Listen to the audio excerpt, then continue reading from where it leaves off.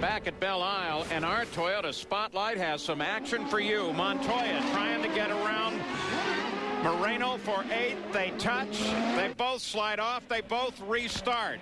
That's the view from Montoya's car. That brings out the full course, and then Cristiano DaMatta, as they came back to green, bottomed in a bump coming off of one of the corners just past the start-finish.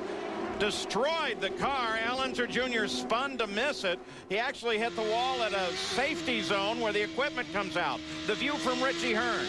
Watch the pieces fly. Look at the quick decisions that Richie Hearn has to make. Fortunately, just clips one of the front nose wings off Cristiano's car. But what this does, and by the way, Cristiano DaMatta is okay. Franchitti having trouble keeping it under control there as he came back off of the same bump.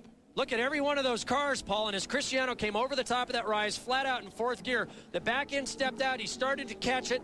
It snapped back the other direction, made huge contact. You can see the cars coming through. Allenser Jr. actually spinning the car to avoid having any contact. He got Cristiano DaMatta, he's just talked with his team. It looked awful scary from our vantage point. What was it like from where you saw it?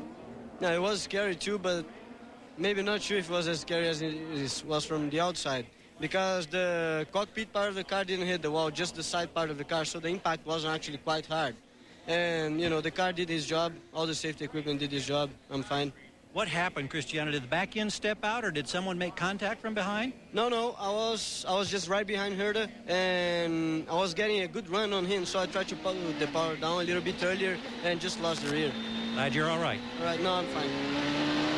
Well, I think he's going to think that impact was a lot bigger than he thinks it was when he watches that video. That's Cal Wells, his team owner.